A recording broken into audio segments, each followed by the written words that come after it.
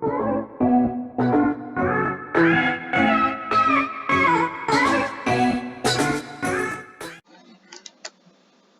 everyone, welcome to my channel. This is Ria and this is the fourth part of the second chapter of Introductory Macroeconomics, that is Basic Concepts of Macroeconomics.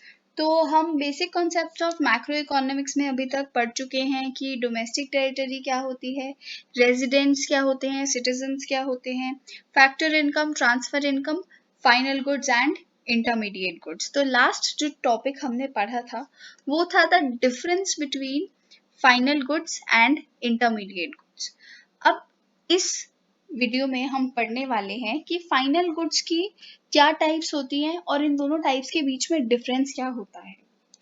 तो अगर आपको याद हो तो हमने पढ़ा था कि फाइनल गुड्स वो गुड्स होते हैं जो कि यूज किए जाते हैं ईदर फॉर कंजम्पशन और फॉर इन्वेस्टमेंट, या तो हम उन्हें कंज्यूम करते हैं या फिर हम उन्हें इन्वेस्टमेंट के लिए यूज करते हैं। इन्वेस्टमेंट का क्या मतलब है, अगर मैं एक प्लांट या मशीनरी परचेज करती हूँ या मैं एक फैक्ट्री सेटअप करती हूँ, कोई लैंड परचेज करती हूँ जो कि मेरी प्रोडक्शन प्रोसेस में हेल्प करेगा, जो मुझे गुड्स को प्रोड्यूस करने में हेल्प करेगा, तो वहां पे मैं इन्वेस्टमेंट कर रही हूँ। अगर मैंने एक लैंड परचेज किया है जहाँ पे मैं किसी गुड की प्रोडक्शन करने वाली हूँ तो वो लैंड मेरे लिए एक इन्वेस्टमेंट है ना।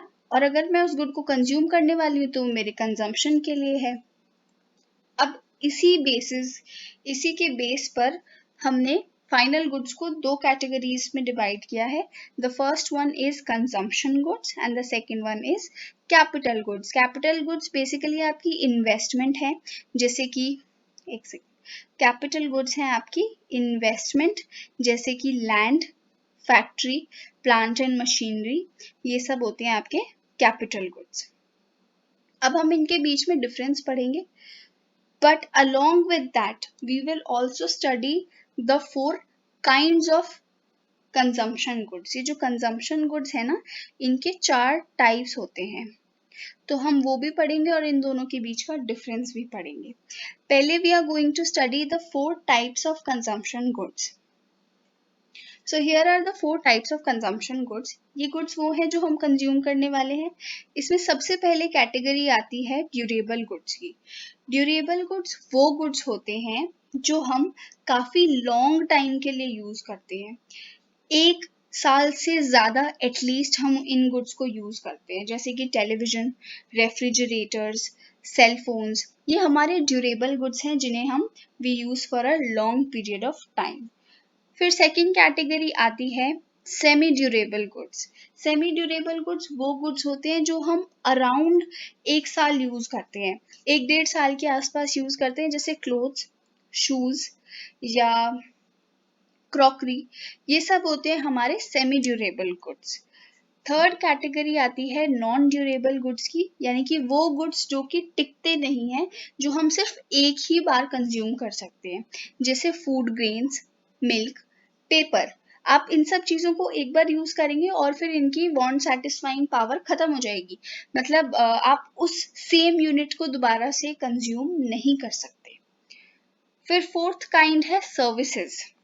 आप कहेंगे कि गुड्स में सर्विसेज, बट सर्विस भी एक काइंड का कंजम्पशन गुड है, और सर्विस हमारी वांट्स को डायरेक्टली सेटिस्फाई करती है। इसे हम एक बार कंज्यूम कर सकते हैं at a particular time।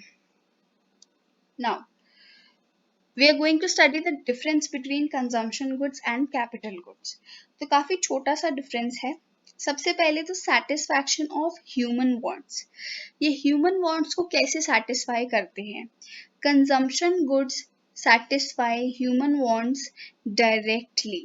ये directly हमारी wants को satisfy करते हैं, इनकी डायरेक्ट डिमांड होती है, यानी कि इनकी डिमांड डिपेंड करती है हमारी वांट पर।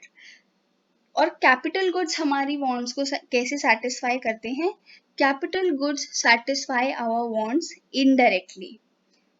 आप क्लोथ्स अगर परचेज करते हैं तो आपकी एक क्लोथ्स की वांट डायरेक्टली सेटिस्फाई होती है, बिकॉज क्लॉथ जो है वो आपका कंजम्पशन गुड है, लेकिन क्लॉथ को मैन्युफैक्चर करने वाली इंडस्ट्री या क्लॉथ को मैन्युफैक्चर करने वाली मशीनरी जो है वो कैपिटल गुड है, और उसकी उसकी प्रेजेंस से, मशीनरी की प्रेजेंस से आपकी डिमांड डायरेक्टली सेटिस्फाई नहीं होती, ऑल्दो मशीनरी के होने से ही कपड़ा मैन्युफैक्चर होता है और फिर आप उसको कंज्यूम करते हो।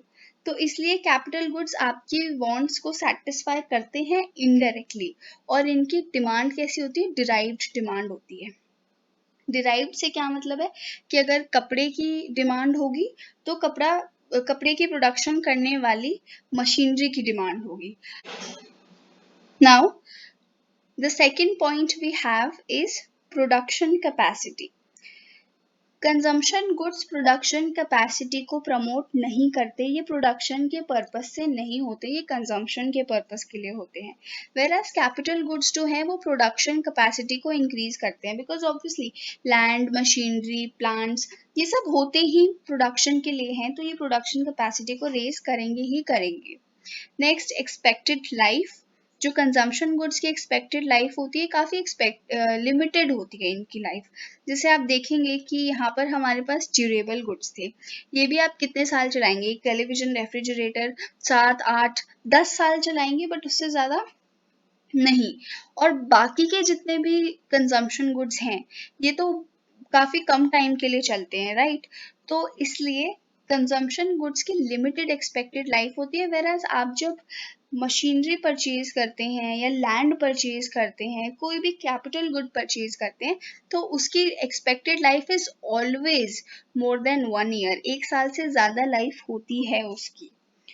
So this was the difference between consumption goods and capital goods, और हमने पढ़ा the subdivisions of consumption goods.